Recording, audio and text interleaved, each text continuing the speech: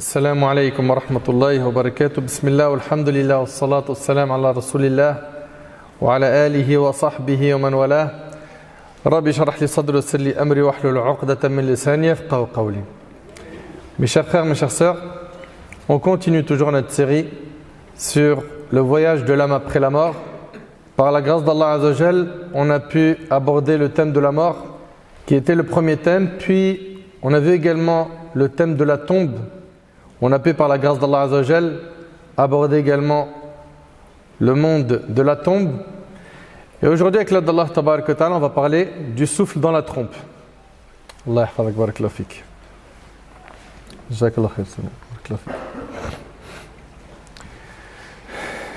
Du souffle dans la trompe.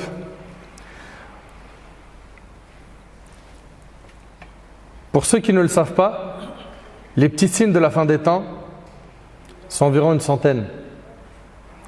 Et pour ce qui est des grands signes de la fin des temps, ils sont au nombre de 10. L'imam Muslim rahimahullah, il rapporte d'après Hudhayfa ibn Asid al-Ghifari radiyallahu anhu, qui a dit: le prophète alayhi salatu wassalam nous a vus pendant que nous faisions le rappel. Alors il a dit: quel est le sujet de votre débat? Ils dirent: nous débattons du sujet de l'heure. Écoutez bien, nous débattons du sujet de l'heure. Il dit: elle n'aura pas lieu avant que vous n'ayez vu 10 signes. Ça, c'est les 10 grands signes de la fin des temps qui vont s'enchaîner et qu'on a pu déjà aborder par la grâce d'Allah sur notre chaîne sur YouTube. 10 signes. Alors il mentionna la fumée, l'antéchrist, al-Masih ad-Dajjal, la bête, le lever du soleil de l'ouest, la descente de Jésus, fils de Marie, la sortie de Gog et Magog, 3 éclipses, une à l'est, une à l'ouest et une dans la péninsule arabique. Et le dernier des signes est un feu qui sortira du Yémen et qui poussera les gens vers le lieu de rassemblement. Juste après cela, il va y avoir le premier souffle dans la trompe. Et notre thème, bi'idhnillahi tabarak wa ta'ala, il va se diviser en 3 parties. La première, on va parler, Inch'Allah, du souffle de la frayeur, nafkhatul faza'. La deuxième partie, on va parler de nafkhatus sa'q, le souffle du foudroiement. Le souffle où tout sera foudroyé. Puis, pour terminer, on parlera de nafkhatul ba'th, le souffle de la résurrection. Je vous demande donc d'être hyper attentifs. J'implore Allah Tabarak wa Ta'ala d'agréer nos actions, de nous accorder la sincérité, de nous accorder une bonne fin, qu'Allah Tabarak wa Ta'ala nous accorde d'avoir notre livre de la main droite le jour du jugement, qu'Allah nous mette en sécurité le jour du jugement, ce jour où certains seront humiliés, qu'Allah Tabarak wa Ta'ala alourdit notre balance de hasanat, qu'Allah Tabarak wa Ta'ala nous accorde d'entrer au paradis avec notre bien-aimé Muhammad sallallahu alayhi wa sallam. Mes chers frères, mes chères sœurs, il y a des questions qu'on doit se poser et qu'on doit clarifier. La première question, c'est: qu'est-ce que la trompe? Et qui va souffler dans la trompe? Ces questions-là, notre bien-aimé Muhammad sallallahu alayhi wa sallam y a répondu. Abdullah ibn Amr ibn al-As radiyallahu anhu an jami' as-sahaba a dit: un bédouin est venu vers le prophète sallam et a dit: qu'est-ce que la trompe?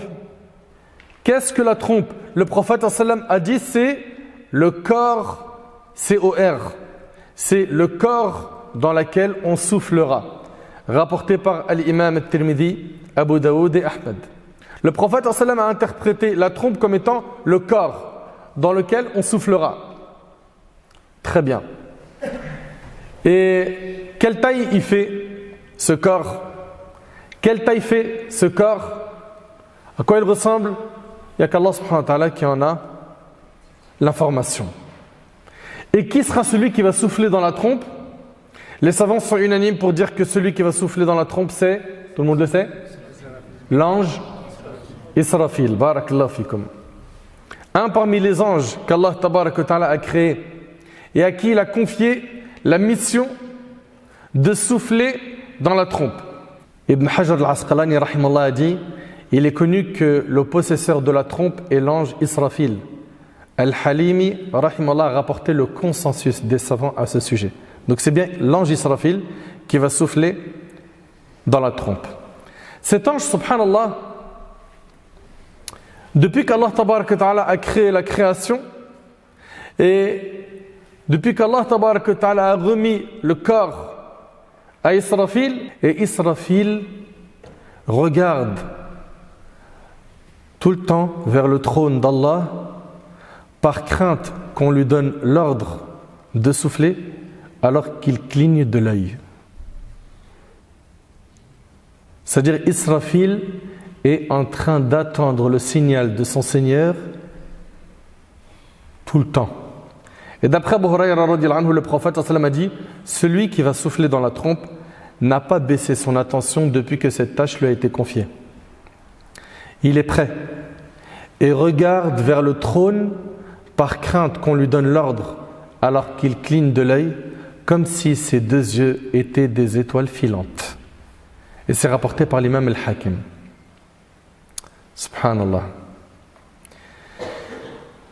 Vous le savez peut-être, en tout cas, il est temps de l'apprendre, si vous ne le saviez pas. L'ange Israfil, il va souffler 2 fois ou 3 fois, et on verra la divergence, Inch'Allah, dans pas longtemps. Et la première fois, selon certains savants, les gens vont être effrayés et ils vont mourir. Toute l'humanité va mourir. Et la deuxième fois, ça sera la résurrection. Tout le monde sera ressuscité. Tout le monde va comparaître devant le Seigneur des mondes Azza wa Jal. Personne ne manquera à ce rendez-vous. Personne. Donc on verra par la suite, Inch'Allah, est-ce qu'il va souffler 2 fois ou 3 fois et qui est pour telle opinion et qui est pour telle autre. Subhanallah, notre bien-aimé alayhi salatu wassalam, il nous a dit que l'ange Israfil, il regarde vers le trône par crainte qu'on lui donne l'ordre alors qu'il cligne de l'œil. On voit ici qu'Israfil est prêt à tout instant à souffler dans la trompe. Le hadith, on vous a dit, il est rapporté par l'imam al-Hakim. Et dans un hadith qui est rapporté par l'imam al-Tirmidhi, d'après Abu Sa'id al-Khudri radhiyallahu anhu, le prophète a dit, comment pourrais-je, écoutez bien s'il vous plaît, me réjouir alors que certes celui qui est chargé de souffler dans la trompe l'a déjà saisi. Il a approché son front et tend l'oreille en attendant qu'on lui ordonne de souffler. Vous avez entendu ce qu'il a dit le prophète sallam? Comment pourrais-je me réjouir? Kayfa afrah wa kayfa as'ad fi dunya? Comment je peux me réjouir de ce bas monde? Alors que certes, celui qui est chargé de souffler dans la trompe l'a déjà saisi. Il a approché son front et tend l'oreille en attendant qu'on lui ordonne de souffler. Alors c'est comme si ceci avait pesé aux compagnons. Ils ont dit, que devons-nous faire ou dire au messager d'Allah? Le prophète alayhi salatu wassalam leur a dit de dire, Hasbunallah wa ni'mal wakil, ala Allahi tawakkalna. Allah nous suffit et quel bon protecteur, c'est en Allah seul que nous plaçons notre confiance. Subhanallah. Et notre bien-aimé alayhi salatu wassalam, il nous a même dit quel jour Israfil va souffler dans la trompe. Qui a une idée? Levez la main. Vas-y mon frère. Un vendredi, barakallahu fik. D'après Abu Hurayra radhiyallahu anhu, le prophète alayhi salatu wassalam a dit, le meilleur jour sur lequel le soleil s'est levé, le vendredi. C'est ce jour-là que Adam a été créé. C'est ce jour-là qu'il a été introduit au paradis. C'est en ce jour qu'il en a été sorti. Et c'est ce jour-là que l'heure aura lieu, rapporté par Muslim. Et c'est ce jour-là que l'heure aura lieu. C'est-à-dire que le jour du jugement, nous ce qu'on sait, c'est que ça sera un vendredi. Mais quel vendredi? Lequel exactement? Il n'y a qu'Allah qui sait. Il n'y a qu'Allah tabarak wa ta'ala qui le sait. D'après Aws ibn Aws, radiallahu anhu, le prophète a dit, parmi les meilleurs de vos jours, le jour du vendredi. Ce jour-là, Adam a été créé. Ce jour-là, il est mort. Ce jour-là, il sera soufflé dans la trompe. Ce jour-là, aura lieu le foudroiement. Ainsi, multipliez les prières sur moi en ce jour, car certes, vos prières me seront présentées. Donc, il est recommandé de prier sur le prophète, alayhi salatu wassalam, le jour du vendredi. Allahumma salli wa sallim ala nabiyina Muhammad. Multipliez ça le jour du vendredi. Ainsi, multipliez les prières sur moi ce jour-là, car certes, vos prières me seront présentées. Écoutez bien. Ainsi, multipliez les prières sur moi ce jour-là, car certes, vos prières me sont présentées. Ils ont dit, ô messager d'Allah, comment nos prières te seront présentées alors que ton corps sera décomposé? Et là, le prophète alayhi salatu wassalam a dit, certes, Allah a interdit à la terre de manger le corps des prophètes. Certes, Allah a interdit à la terre de manger le corps des prophètes. Comprenez bien que la terre ne mange pas le corps des prophètes. Et ça, c'est une spécificité qu'ont les prophètes et certains. On a déjà vu dans les grands signes de la fin des temps que le jour du jugement, il va avoir lieu sur les pires des créatures. C'est-à-dire quoi? C'est-à-dire que l'heure n'arrivera alors qu'il ne restera sur terre que les pires des créatures. Les pieux, Allah tabaraka wa ta'ala, il fera qu'ils vont mourir avant. Et l'heure n'arrivera que sur les pires des créatures. C'est-à-dire qu'il ne restera que les pires humains sur terre.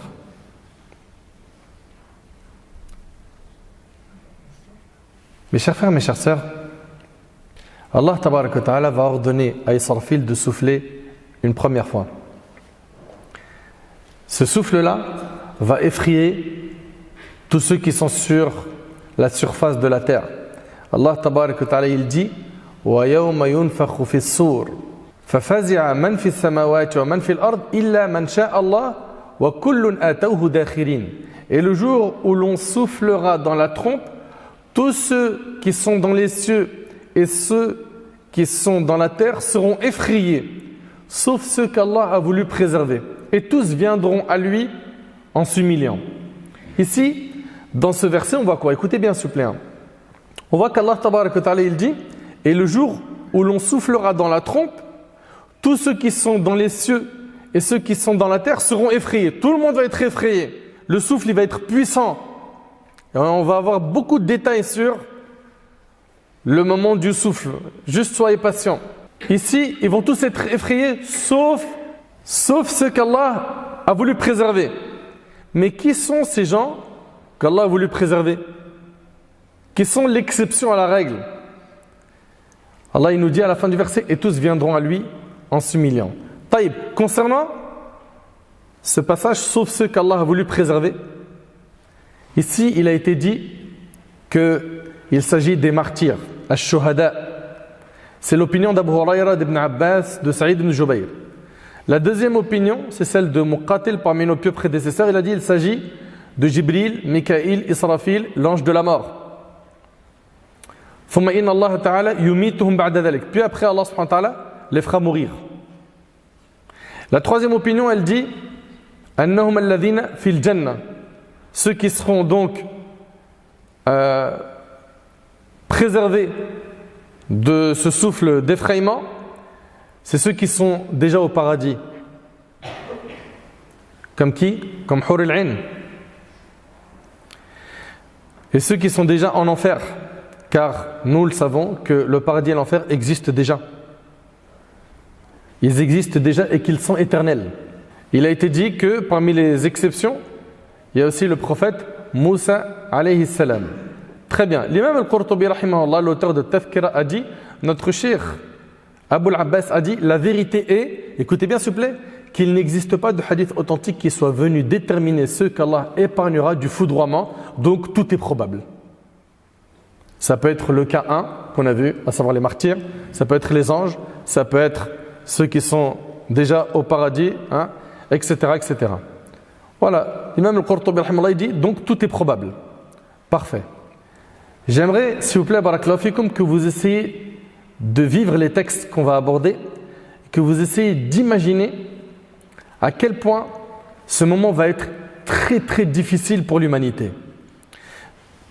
Et comment en serait-il autrement alors que ce soleil qui illumine, ce soleil qui a énormément de bienfaits, le soleil sera obscurci. Il n'illuminera plus.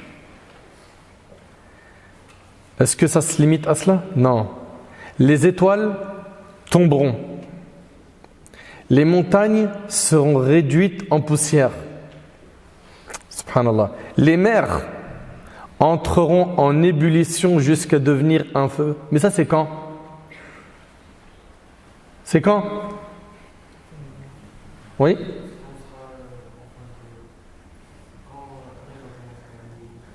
Quand quoi? Non. Oui? C'est quand il va souffler dans la trompe. Quand il va souffler dans la trompe, l'univers entier va être bouleversé. L'univers entier va être bouleversé. Les montagnes seront pulvérisées, laissant la terre totalement plane et nue. Allah tabarak wa ta'ala nous dit إِذَا زُلْزِلَتِ الْأَرْضُ زِلْزَالَهَا وَأَخْرَجَتِ الْأَرْضُ أَثْقَالَهَا. Lorsque la terre sera secouée par son plus violent séisme, qui annoncera l'avènement de l'heure. C'est-à-dire que l'humanité entière, c'est-à-dire qu'à ce moment-là, ceux qui sont encore en vie, ils vont être plus que choqués de voir à quel point la terre entière tremble et que la terre rejettera les fardeaux. C'est-à-dire que la terre, elle va rejeter les corps qui étaient en son sein. Je ne sais pas si tu imagines. Allahu Akbar. Et que la terre rejettera les fardeaux de corps et métaux précieux. Les corps qu'elle porte en elle. Et que l'homme inquiet dira: qu'a-t-elle donc? Mais qu'est-ce qu'elle a la terre? Pourquoi elle tremble comme ça? En ce jour, elle dira ce qu'elle sait. Yawma idhin tuhaddithu akhbaraha. La terre, elle va témoigner contre ceux qui ont fait du tort. Un tel, il a fait telle et telle désobéissance sur mon dos. Un tel, il a fait telle et telle chose. En ce jour, elle dira ce qu'elle sait des œuvres commises à sa surface par les hommes, conformément à ce que ton Seigneur lui ordonnera. En ce jour, les hommes reviendront du jugement par groupes distincts, afin qu'on leur montre leur rétribution pour leurs œuvres. Quiconque aura accompli le bien, fût-ce du poids d'un atome, le verra. Et quiconque aura commis le mal, fût-ce du poids d'un atome, le verra. Et le prophète sallam a dit dans le hadith, qui est rapporté par l'imam al-Tirmidhi selon Abdullah ibn Omar, ce hadith-là, franchement, il est vraiment à méditer. Le prophète sallam, il a dit, celui qui veut voir le jour du jugement, comme s'il le voyait de ses propres yeux, tu veux ça? Vous voulez ça? Vous voulez voir le jour du jugement comme si vous le voyez de vos propres yeux? Qu'il lise إذا الشمس كورت وليقرأ إذا السماء انفطرت وليقرأ إذا السماء انشقت. Qu'il lise quand le soleil sera enroulé. Donc sourate At-Takwir. Et également quand le ciel se fendra et quand le ciel se déchirera. Et c'est rapporté par l'imam al-Tirmidhi. Et vous avez compris qu'il s'agit ici de quoi? De 3 sourates. N'est-ce pas? Très bien. Voyons déjà ce que nous dit notre Seigneur Azza wa Jal dans Sourate At-Takwir. Idha shamsu kuwirat. Allah Ta'ala il nous dit, lorsque le soleil sera enroulé, obscurci et jeté en enfer. Ça, c'est les opinions qui nous ont été rapportées par nos pieux prédécesseurs. Ibn Abbas radiyallahu anhu a dit, il signifie, donc ici par kuwirat, que sa lumière disparaîtra et qu'il deviendra sombre. Allahu Akbar. Déjà, t'imagines que le soleil devient sombre. Et Cheikh Al-Uthaymin, rahimallah, il a dit, au jour de la résurrection, Allah jettera le soleil en enfer pour révulser ceux qui l'adoraient. Allahu Akbar. Ce soleil qui illumine la terre va s'éteindre. Allahu Akbar. Wa idha an-nujumu kadarat. Le deuxième verset de Surat At-Takwir est que les étoiles tomberont. Et que les étoiles tomberont. Il a été rapporté par Ibn Abbas, il signifie perdre sa lumière. In kadara, dans le verset, pour Ibn Abbas, c'est que les étoiles vont perdre de leur lumière. Selon Ibn Khaytham, c'est-à-dire se désintégrer. Selon Qatada, c'est-à-dire tomber. C'est-à-dire quoi? C'est-à-dire que les étoiles vont tomber. Wa idhal jibalu suyirat. Et les montagnes mises en marche, elles quitteront leur emplacement et seront pulvérisées, laissant la terre totalement plane et nue. Et ça c'est dans le Coran. Allah tabarak wa ta'ala il dit wa yas'alunaka 'anil jibal faqul yansifuha rabbi nasfa fayadharuha qa'an safsafa la tara fiha 'iwajan wala amta. Et il t'interroge au sujet des montagnes. Dis, mon Seigneur les dispersera comme la poussière et les laissera comme une plaine dénudée dans laquelle tu ne verras ni tortuosité ni dépression. Allahu Akbar. Même les montagnes, elles seront réduites en poussière. Wa idha al-'isharu 'uttilat. On est toujours dans Surat At-Takwir, dans le 4e verset. Rappelez-vous que le prophète sallallahu alayhi wa sallam a dit, celui qui veut voir le jour du jugement comme s'il le voyait de ses propres yeux, qu'il lise إذا الشمس كورت إذا السماء انفطرت et إذا السماء انشقت. Donc là on est dans le 4e verset de Surat At-Takwir. Puis après on verra les deux autres sourates. وإذا العشار عطلت. Et les chamelles à terme négligées. Que veut dire et les chamelles à terme négligées? Ici Allah tabaraka wa ta'ala désigne les chamelles enceintes de 10 mois et sur le point de mettre bas. Elles constituaient alors un bien des plus précieux pour eux. Pour les Arabes, les chamelles, c'était parmi les meilleurs biens. Ils les délaisseront à ce moment-là. Tant ils seront préoccupés par leur propre sort. Tellement le tremblement de terre qui va annoncer le jour du jugement est terrible. Personne ne va accorder de la valeur à l'argent, au matériel, à sa richesse, à son grand poste. Non, ce moment-là, il est tellement effrayant, tellement inquiétant que ce bas monde, il ne vaudra plus rien aux yeux de l'humanité. Allahu Akbar.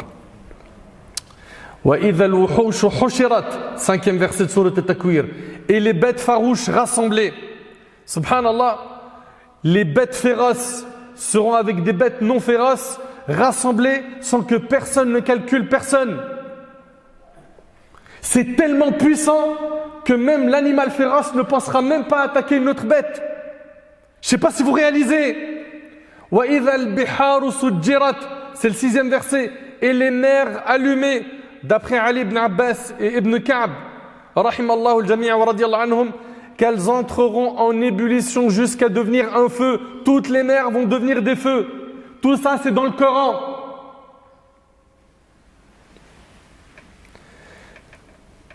Allahu Akbar. Wa idha an-nufus zuwijat. Et les âmes accouplées. C'est le 7e verset de Surat At-Takwir. Et les âmes accouplées en fonction de leur religion ou leurs œuvres, comme le dit l'imam al-Baghawi rahimahullah, ou bien selon Ikrima et Ash-Sha'bi, lorsque les âmes rejoindront les corps. Wa idha al-maw'udatu su'ilat bi ayyi dhanbin qutilat. Dans le 8e et le 9e verset de Surat At-Takwir, et quand on demandera à la fillette enterrée vivante pour quel péché elle a été tuée. Vous savez que les Arabes à l'époque, pour eux c'était un déshonneur d'avoir une fille. Donc qu'est-ce qu'ils faisaient? Ils les enterraient vivantes. Allahu Akbar. Subhanallah.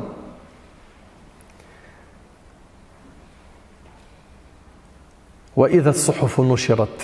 Et quand les feuilles seront déployées. Ça c'est le 10e verset de Surat At-Takwir. C'est-à-dire celles où sont consignés les actes des gens et où les anges auront inscrit à ce qu'ils ont fait de bien et de mal. Donc, les feuilles vont être déployées. C'est-à-dire que ton registre il va être déployé. Elles sont repliées lorsqu'ils meurent et dépliées pour la résurrection. Allahu Akbar. Allahu Akbar. Chaque individu verra ce qui est écrit dans les feuilles. Et certains diront, malheur à nous, qu'a donc ce livre? Il n'est rien de petit ou de grand, sans qu'il l'ait enregistré. Il y en a qui vont dire ça le jour du jugement. Mais qu'est-ce qu'il a ce livre? Tout ce que j'ai fait de petit et de grand, il y est inscrit. Est-ce qu'on y réfléchit ça?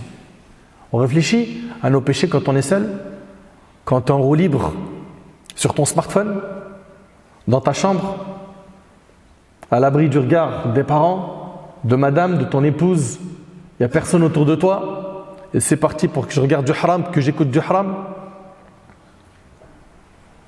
et que, allez, tout le monde drague, nous aussi on va draguer. Tout le monde touche au paris sportif, pourquoi pas moi? Travaille et gagne l'argent avec la sueur de ton front comme un bonhomme. Même si tu vas gagner peu comparé à ceux qui gagnent beaucoup, qui brassent large.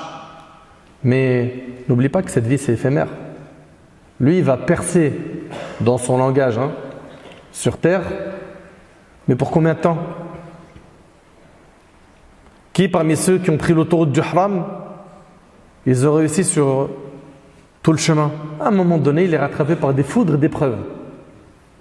Si ce n'est pas la prison, il se mange une balle. Si ce n'est pas ça, il est recherché, il ne peut plus rester en France. Il a des problèmes avec un tel, avec un tel, avec un tel. Mais est-ce que tu penses que le haram, ça n'a pas de conséquences brûlantes? Donc ceux qui gravitent autour du haram, sachez une chose, c'est que le prophète nous a mis en garde contre le fait de tourner autour du haram. Je ne parle pas d'être dedans. Parce qu'il y en a certains qui disent, moi, t'as vu, j'ai pas forniqué, mais voilà, de temps en temps, on se lâche un peu sur le net. On est jeune, tu connais la jeunesse, on aime bien dahak. Et puis il n'y a rien, on connaît nos limites, ça va, on est des bons musulmans quand même. Shaitan, il va pas m'arnaquer moi. Ah ouais, il y en a plein, ils ont dit comme toi. Plein. Ils ont fini dans le trou du péché. Donc voilà, Shaitan il est là, il est en train de les cuisiner à petit feu. Et qu'est-ce qu'ils font? Comme le prophète a dit, comme le berger qui fait paître son troupeau autour d'un enclos interdit. Un berger il a un troupeau de moutons et il les fait paître autour d'un endroit qui est interdit, c'est-à-dire ils n'ont pas le droit d'y accéder, c'est privé. Mais il n'est pas à l'abri qu'à un moment il y a un mouton et il rentre. Eh bien c'est comme ça, tu tournes autour du haram, tu finiras par tomber dedans. C'est pour ça, écarte-toi de ce chemin. Je ne sais pas si tu imagines un peu. Certains vont dire, malheur à nous, qu'a donc ce livre-là, où il y a toutes tes actions. Ce livre que tu as écrit chaque jour, par tes œuvres. En te levant le matin, la première chose que tu as fait, c'est quoi? C'est les invocations du matin. Tu es parti faire tes ablutions, tu as prié. Tu as placé ta confiance en Allah, tu es sorti pour aller travailler, en faisant les doigts, etc. Tu as craint Allah dans tes transactions commerciales, dans ton boulot, dans ton job, dans tes études, dans ta sortie, dans ton voyage. Ou est-ce que dès le matin, tu as été programmé par Satan? Sache-le, que tout ce que tu es en train de faire, chaque acte que tu fais, tu es en train de d'écrire ton livre.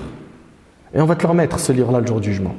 Soit de la main droite, et là c'est bon, tu as réussi, tu vas au paradis, soit de la main gauche, et là c'est la perte. Qu'a donc ce livre? Il n'est rien de petit ou de grand sans qu'il ait enregistré. Tu vas ouvrir ton livre, tu vas commencer à lire. Et même si tu ne sais pas lire, tu étais analphabète, tu vas lire quand même. Allah tabarak wa ta'ala va te permettre de lire. Allah ta'ala il dit Iqra kitabak kafa bi nafsika alayka al-yawma hasiba. Iqra kitabak kafa bi nafsika al-yawma alayka hasiba. Lis ton livre. Aujourd'hui, tu te suffis d'être ton propre comptable. Tu veux voir quoi dans ce livre? Mensonge, calomnie, insulte, ça dit des gros mots aujourd'hui partout, sous prétexte qu'on joue au foot. Et lui, il joue pas bien, il m'énerve. Subhanallah, tu veux voir la réalité d'une personne? Regarde-le sur un stade. En dehors du stade, tu vois, il est posé, il est calme, tranquille. Il rentre dans le stade, 36 000 shaitans qui le contrôlent. Des gros mots, des menaces. Subhanallah. Toujours dans Surat Al-Takwir, Allah dit wa idha as-sama'u kushitat. Dans le 11e verset, quand le ciel, on l'ôtera. Selon Mujahid, c'est-à-dire quoi? C'est-à-dire qu'il sera retiré, comme un voile. Ça c'est rapporté également par Ibn Kathir. Subhanallah. Le ciel il va être retiré pour laisser place à un espace insondable, un vide. On l'ôtera comme on ôte sa peau à un mouton. Ça c'est ce que dit Al-Qurtubi rahimallah. Et il y a eu d'autres interprétations. وَإِذَا الْجَحِيمُ صُعِرَتْ et la fournaise attisée. Subhanallah. Allah tabarak wa ta'ala va préparer le feu. Et le feu va parler. يَوْمَ نَقُولُ لِجَهَنَّمْ هَلِ امْتَلَأْتِ وَتَقُولُ هَلْ مِن مَزِيدٍ. Le jour où on dira à l'enfer, es-tu plein? Et il dira, y a-t-il encore, ya Allah, que tu veux rajouter? Est-ce que tu veux rajouter encore, ya Allah? وَإِذَا الْجَنَّةُ أُزْلِفَتْ et le paradis rapproché. Ça c'est le 13e verset. Le paradis, il va être rapproché pour accueillir les croyants, les pieux. عَلِمَتْ نَفْسٌ مَا أَحْضَرَتْ. Chaque âme saura ce qu'elle a présenté. Le jour du jugement, on va te remettre ton livre. Chaque âme saura ce qu'elle a présenté. La perverse et la vertueuse saura ce qu'elle a présenté, ce qu'elle a mérité. Et dans sourate Al-Infitar, rappelez-vous, c'est la deuxième sourate, le prophète il a dit, celui qui veut voir le jour du jugement, vous vous rappelez, de ses yeux qui lisent. Eh bien, la deuxième sourate qui parle également avec détail de ces scènes, c'est sourate Al-Infitar, la fissure. Allah Ta'ala il dit, إِذَا السَّمَاءُ انْفَطَرَتْ lorsque le ciel se fendra pour laisser descendre les anges, comme le dit l'imam Al-Qurtubi rahimahullah. وَإِذَا الْكَوَاكِبُ انْتَثَرَتْ les étoiles tomberont. Subhanallah. Les étoiles tomberont. Et Ibn Abbas il dit, c'est-à-dire que leur lumière aura disparu. وَإِذَا الْبِحَارُ فُجِّرَتْ lorsque les mers se mêleront, que les eaux douces et salées ne formeront plus qu'une seule mer. وَإِذَا الْقُبُورُ بُعْثِرَتْ lorsque les tombes refouleront ce qu'elles recèlent de corps et de trésors. Les tombes vont rejeter ce qu'elles avaient à l'intérieur d'elles. عَلِمَتْ نَفْسٌ مَا قَدَّمَتْ وَأَخَّرَتْ toute âme saura alors ce qu'elle a accompli de son vivant, de bien et de mal. Ça c'est ce qu'a dit At-Tabari rahimahullah. Et ça c'est un parmi les tafasirs qui ont été cités. Ensuite, rappelez-vous qu'il y avait 3 passages dans le Coran que le prophète sallam a évoqué quand il a dit celui qui veut voir le jour du jugement de ses yeux, qu'il lise. Et bien maintenant on arrive au 3e passage qui est Al-Inshiqaq, la sourate, la déchirure. Allah Ta'ala dit إِذَا السَّمَاءُ انشَقَّتْ quand le ciel se déchirera. وَأَذِنَتْ لِرَبِّهَا وَحُقَّتْ il aura écouté son Seigneur comme il lui incombe. Allahu Akbar. وَإِذَا الْأَرْضُ مُدَّتْ lorsque la terre on l'étendra comme un tapis. وَأَلْقَتْ مَا فِيهَا وَتَخَلَّتْ qu'elle aura expulsé ce qu'elle recèle de corps et de trésors. Allahu Akbar. Mon frère ainsi que toi ma soeur, je pense que maintenant chacun est en train de prendre conscience que le jour ça va être un jour difficile. Le jour où Israfil il va souffler dans la trompe. Et puis, à ton avis, ces gens-là, quand ils vont sortir de leur tombe, c'est quoi leur préoccupation? Allah tabaraka wa ta'ala il nous dit لِكُلِّ امْرِئٍ مِّنْهُمْ يَوْمَئِذٍ شَأْنُ يُغْنِيهِ car chacun de ce jour-là aura son propre cas pour l'occuper. Chacun sera soucieux de son sort. Je vais aller où moi? Est-ce que j'ai fait assez de bonnes actions? Est-ce qu'Allah va me faire miséricorde? Il n'y a pas de session de rattrapage. Il n'y a pas d'avocat. Il n'y a personne qui peut m'aider. C'est moi et mes actes. On sera où nous après la mort? Quand on sera ressuscité, est-ce qu'on sera dans la panique totale ou est-ce qu'on sera rassuré? Méditez avec moi s'il vous plaît sur ces versets. Allah tabaraka wa ta'ala il nous parle du tremblement de terre qui va venir avant le jour du jugement. Il nous dit Azza wa Jal dans Sourate Al-Hajj dans les 2 premiers versets Ya ayuhan nas ittaqu rabbakum inna zalzalata as-sa'ati shay'un 'azim yawma tarawnaha tadhhalu kullu murdi'atin 'amma arda'at وتضع كل ذات حمل حملها وترى الناس سكارى وما هم بسكارى ولكن عذاب الله شديد. Ô âmes, craignez votre Seigneur. Le séisme qui précédera l'heure est une chose terrible. Le jour où vous le verrez, toute nourrice oubliera ce qu'elle allaitait. Est-ce qu'on réalise qu'une maman va oublier son nourrisson? Pour qu'elle en oublie son nourrisson, c'est qu'il y a quelque chose de très grave qui a occupé son esprit. Toute nourrice oubliera ce qu'elle allaitait. Et toute femme enceinte avortera de ce qu'elle portait. Tellement la peur elle est forte, celle qui est enceinte, elle va avorter. C'est pour vous montrer à quel point ce jour-là est terrible. Et Allah il nous dit, et tu verras les gens ivres alors qu'ils ne le sont pas, mais le châtiment d'Allah est dur. Et j'aimerais que vous méditiez avec moi ce verset qui, Wallahi al-Azim, qu'est-ce qu'il est fort. وَلَا تَحْسَبَنَّ اللَّهَ غَافِلًا عَمَّا يَعْمَلُ الظَّالِمُونَ إِنَّمَا نُؤَخِّرُهُمْ لِيَوْمٍ تَشْخَصُ فِيهِ الْأَبْصَارُ مُهْطِعِينَ مُقْنِعِي رُؤُوسِهِمْ لا يرتد إليهم طرفهم وأفئدتهم هواء. Ça veut dire quoi ça? Allah Azza wa Jalla dit, et ne pense point qu'Allah soit inattentif à ce que font les injustes. Il leur accorde un délai jusqu'au jour où leurs regards se figeront. Ils courront, suppliant, levant la tête, les yeux terrifiés et les cœurs vides. Et les cœurs vides. Mais ça veut dire quoi les cœurs vides? Écoutez bien s'il vous plaît. Et les cœurs vides. Et avertis-les du jour où le châtiment les atteindra. Et ceux qui auront été injustes diront, oh notre Seigneur, accorde-nous un court délai. Si seulement on pouvait revenir sur terre, faire le bien, t'adorer, prier, jeûner, sortir cette zakat qu'on n'a pas sortie, accorde-nous un court délai. Nous répondrons à ton appel et suivrons les messagers. Est-ce que vous vous êtes arrêté sur ce passage où Allah Tabarak wa Ta'ala dit wa af'idatuhum hawa, les cœurs vides? Ça veut dire quoi ça? Mais ils sont où les cœurs? Les cœurs vont quitter leur emplacement tellement ce jour est terrible. Comment ça mon frère Nader? C'est écrit où ça? C'est où? Écoute, Allah Ta'ala il dit dans Surat Ghafir dans le verset 18 wa anzirhum yawm al-azifati idhil qulub lada al-hanajir. Allahu Akbar.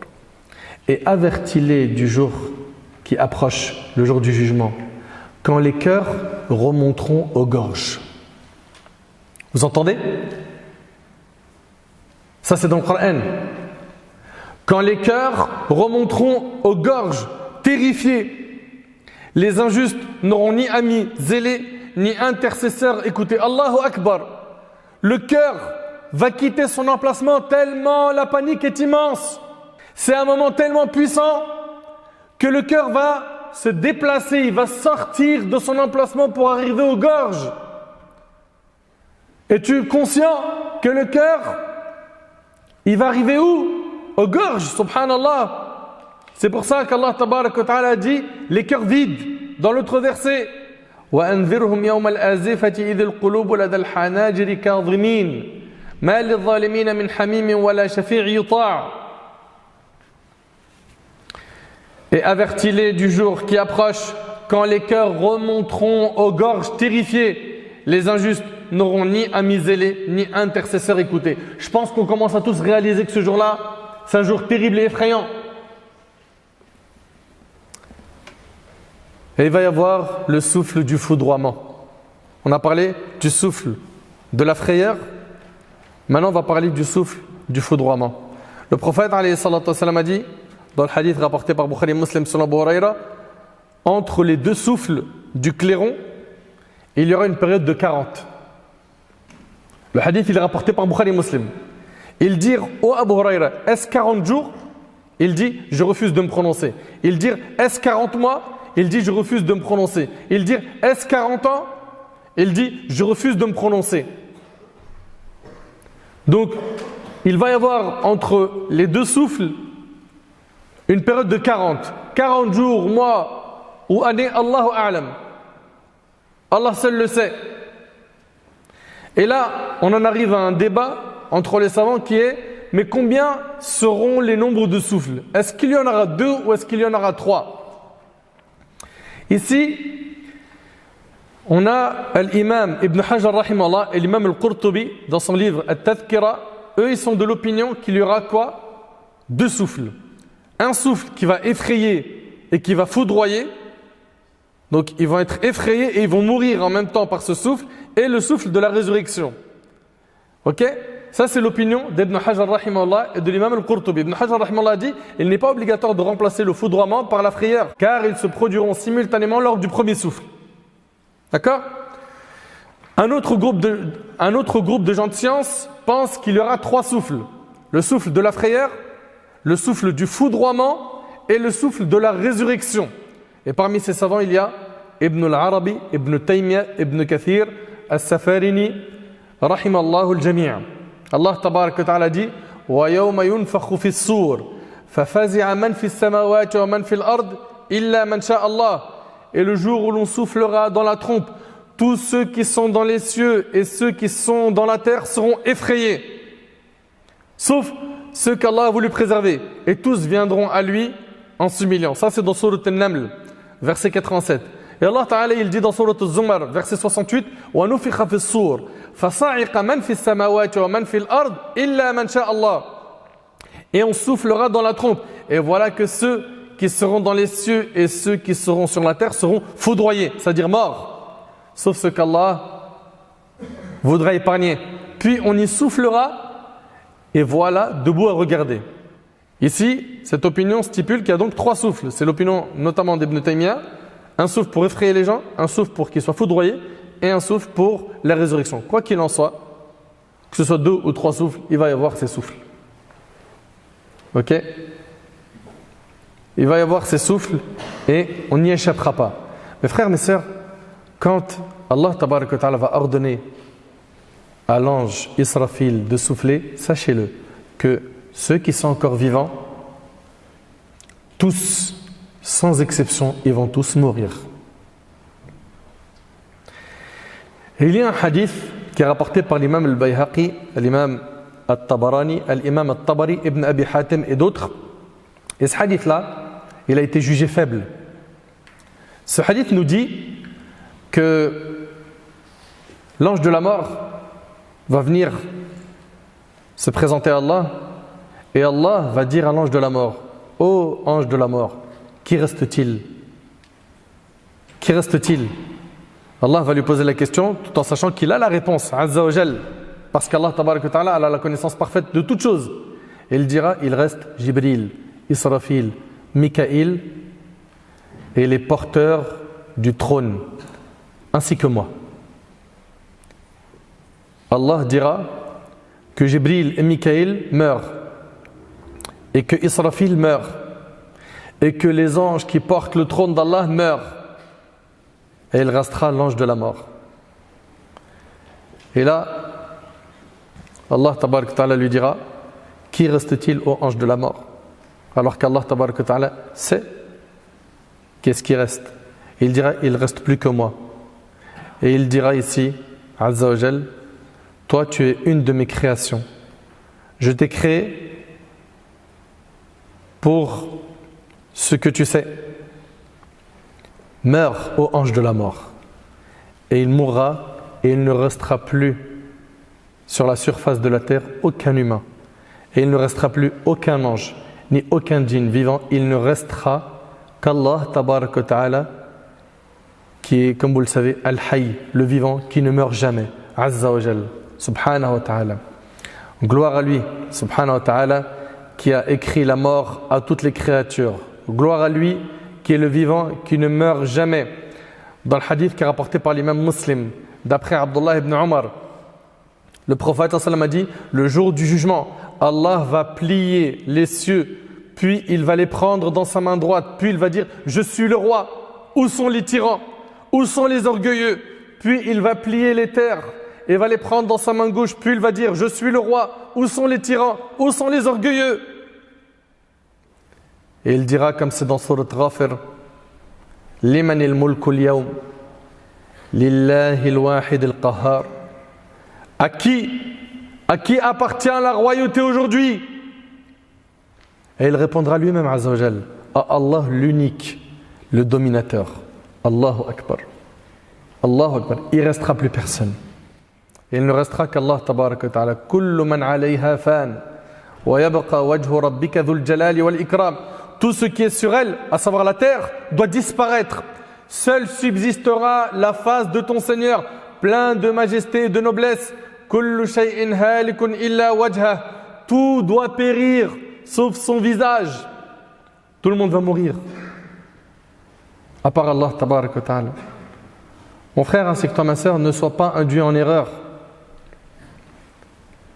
par des mauvaises fréquentations qui te font croire que c'est pas grave si tu fais du haram, ou que tu es encore jeune, tu as le temps de te repentir, que c'est rien, tout le monde le fait, il y a pire que toi, c'est pas grave. De toute façon, plus tard, tu as prévu de faire le hajj, et le hajj ça efface tout. Ne te fais pas avoir par ces gens-là. Sois sage, réfléchis bien. Ô serviteur, comme Allah te voit désobéissant, passionné par ce bas monde et oubliant la mort, as-tu oublié la rencontre avec Allah, le linceul et la tombe, et un jour terrible où les cheveux deviendront gris? Garde en tête que personne n'est éternel sur terre, pas même les prophètes qui sont les meilleurs des hommes. Pense à ce jour où on va t'enterrer et tu seras seul dans ta tombe. Tu seras livré à Munkar et Nakir qui vont te poser 3 questions. Comment est-ce que tu vas répondre? Je vous rappelle donc que tout le monde va mourir sans exception. Allah tabarak wa ta'ala dit وَنُفِخَ فِي الصُّورِ فَصَعِقَ مَنْ فِي السَّمَاوَاتِ وَمَنْ فِي الْأَرْضِ إِلَّا مَنْ شَاءَ اللَّهُ ثُمَّ نُفِخَ فِيهِ أُخْرَى فَإِذَا هُمْ قِيَامٌ يَنْظُرُونَ. Et on soufflera dans la trompe et voilà que ceux qui seront dans les cieux et ceux qui seront sur la terre seront foudroyés, sauf ceux qu'Allah voudra épargner. Puis on y soufflera et voilà qu'ils sont debout à regarder. Parlons maintenant du souffle de la résurrection. Quand Allah tabarak wa ta'ala voudra faire revenir ces créatures et les faire revivre, il ordonnera à Israfil de souffler dans la trompe. Alors les âmes seront restituées à leur corps et les gens se leveront devant le Seigneur de l'univers. Allah nous a informé de la scène de la résurrection. Écoutez bien. وَنُفِخَ فِي الصُّورِ فَإِذَا هُمْ مِنَ الْأَجْدَاثِ إِلَى رَبِّهِمْ يَنْسِلُونَ قَالُوا يَا وَيْلَنَا مَنْ بَعَثَنَا مِنْ مَرْقَدِنَا هَذَا مَا وَعَدَ الرَّحْمَنُ وَصَدَقَ الْمُرْسَلُونَ إِنْ كَانَتْ إِلَّا صَيْحَةً وَاحِدَةً فَإِذَا هُمْ جَمِيعٌ لَدَيْنَا مُحْضَرُونَ. Et on soufflera dans la trompe et voilà que des tombes, ils se précipiteront vers leur Seigneur en disant « Malheur à nous, qui nous a ressuscités de là où nous dormions ?» Ça c'est dans le Coran. C'est ce que le tout miséricordieux avait promis et les messagers avaient dit vrai. Ce ne sera qu'un seul cri. Un seul cri. Et voilà qu'ils seront tous amenés devant lui. Allah tabarak wa ta'ala il dit كما بدأنا أول خلق نعيده وعدا علينا حقا إنا كنا فاعلين. Le jour où nous plierons le ciel comme on plie le rouleau des livres, Allah Ta'ala nous dit tout comme nous avons commencé la première création, ainsi nous la répéterons. C'est une promesse qui nous incombe et nous l'accomplirons. Et dans le Sahih de l'imam Muslim, on a rapporté d'après Abdullah ibn Amr radiyallahu anhu an jami'a as-sahaba que le prophète sallam a dit puis on soufflera dans la trompe, nul ne l'entend sans chanceler à droite et à gauche. Le premier à l'entendre sera un homme occupé à colmater les parois du bassin où s'abreuvent ses chameaux. Il sera foudroyé, puis le reste des gens le seront également. Ensuite, Allah fera descendre une pluie semblable à du crachin, c'est-à-dire une pluie fine et serrée. Une pluie par le biais duquel les corps des gens pousseront. C'est comme si en fait les corps à la fin, c'était des graines et que cette pluie va refaire pousser les corps. Mais suivez bien jusqu'au bout. Puis on y soufflera à nouveau et voici que toutes les créatures se lèveront et regarderont. La germination des corps de la terre, après qu'Allah subhanahu wa ta'ala aura fait descendre l'eau qui les fait germer, est semblable à la germination des plantes sur la terre quand l'eau descend du ciel. Le prophète sallallahu alayhi wa sallam, il a dit, dans le hadith rapporté par Muslim sur Abu Huraira, l'ensemble du corps du fils d'Adam sera mangé par la terre, sauf le coccyx. Sauf le coccyx. C'est à partir de lui qu'il a été créé et c'est à partir de lui qu'il sera reconstruit. Donc vous voyez, ce coccyx c'est comme une graine. Et cette pluie quand elle va descendre, Allah tabaraka wa ta'ala va faire que les corps vont se reconstruire à partir du coccyx. Donc Allah tabaraka wa ta'ala, quand il ordonnera à Israfil de souffler, Les corps vont être ressuscités de cette manière-là. Et peu importe que la personne ait été noyée, ou qu'elle soit morte brûlée, ou sous des décombres, tout le monde, sans exception, sera ressuscité par Allah tabaraka wa ta'ala et sera présenté au Seigneur des mondes pour le jugement. Ensuite, il nous reste à voir qui sera la première personne à être ressuscitée. Comment seront les gens ce jour-là? Comment seront les gens ce jour-là? À quoi ressemble la terre du jour du jugement?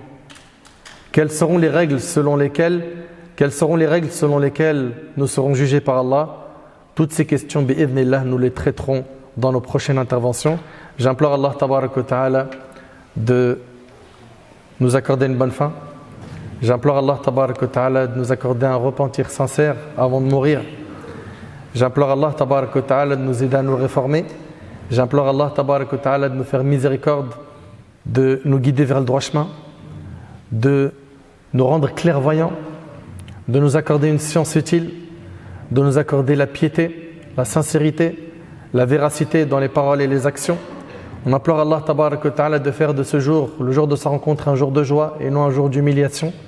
On implore Allah tabaraka wa ta'ala de faire que notre livre nous soit remis de la main droite. Sallallahu subhanahu wa ta'ala yanfa'ni bima qultu wa yanfa'akum bima sami'tum.